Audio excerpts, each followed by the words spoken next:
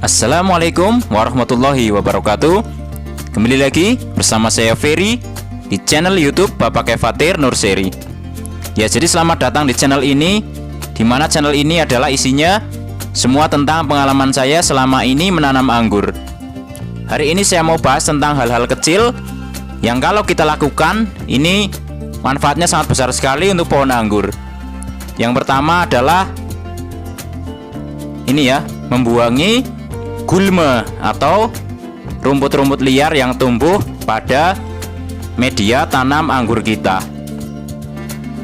Jadi dengan kita rajin melakukan pembuangan gulma, ini nutrisi yang kita berikan berupa pupuk ini akan terfokus hanya dimakan oleh perakaran anggur saja.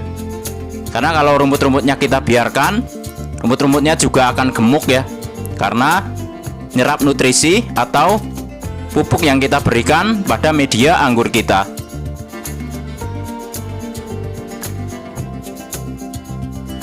Nah, selanjutnya masih pada media tanam, ini tentang pengontrolan air ya. Jadi walaupun sudah kita siram dan barengi dengan pupuk, misalnya banyak ya, sekitar 5 literan, tetap hariannya harus kita kontrol. Apalagi kalau panasnya sedang banget ya, kayak hari ini tetap sorenya kita siram sedikit-sedikit ya. Jadi untuk penyiraman ini lebih kepada kondisional. Jadi ini juga hal sepele yang biasa teman-teman abaikan ya, tentang pengontrolan daripada kelembaban media tanam. Jadi walaupun kita siram setiap hari atau 2 hari sekali, dosisnya kecil, ini nggak masalah ya, medianya akan selalu lembab. Selanjutnya ini tentang sulur ya. Jadi ini juga hal sepele, tapi kalau kita rajin membuangi sulur-sulur yang tumbuh ini akan mempercepat ya daripada pertumbuhan anggur kita. Jadi di semua percabangan pasti akan banyak sulur ya. Ini juga sebagai penanda bahwa pohon anggur kita ini subur ya, sulurnya selalu tumbuh. Nah, ini karena kalau kita biarkan ini suka mengikat ya, ngikatnya sangat keras sekali, seperti kawat ya. Makanya harus kita itu buangi. Ini juga nyerap nutrisi juga ya, karena kekuatan dari pengikatannya yang sangat kuat ya.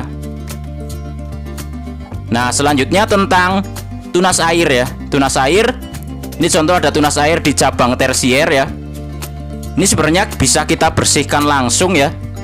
Bisa juga kita tahan satu daunan untuk menambah fotosintesis, ini juga bisa.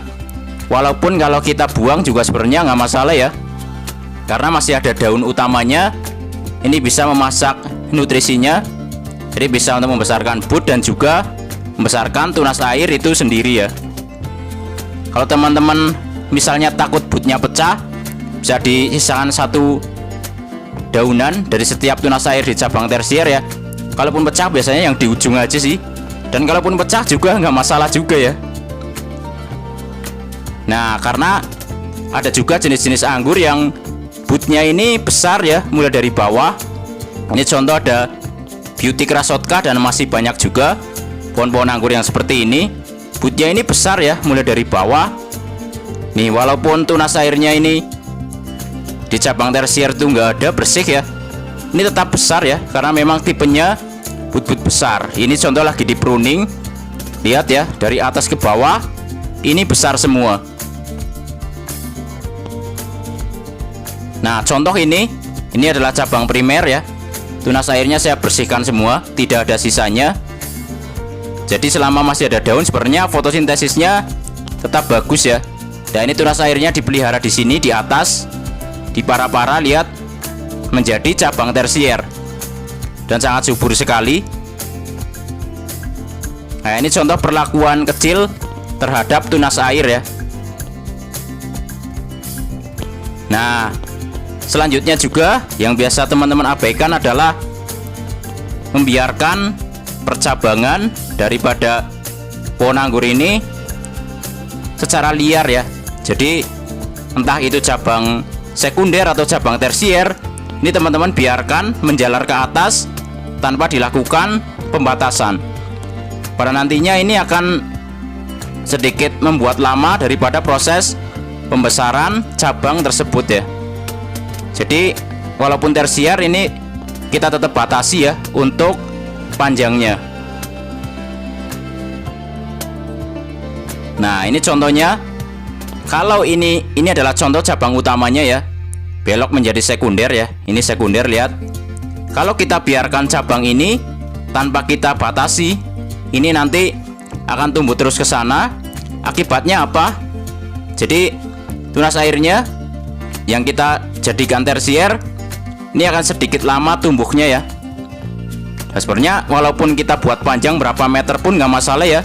Seperti pertanian di Jepang itu ya, ada yang 8 meter, 10 meter. Ini jelas tidak menjadi masalah.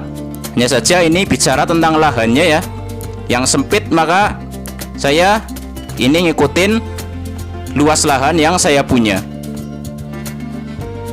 Nah, intinya setelah cabang ini dibatasi, contoh sekunder kita batasi, maka yang pertama ini tersiernya akan keluar ya, tunas airnya akan lebih cepat keluar. Kemudian nanti nutrisinya juga akan lari ke cabang utama. Cabang utamanya ini akan besar, jadi mulai menghitam dan akan membesar.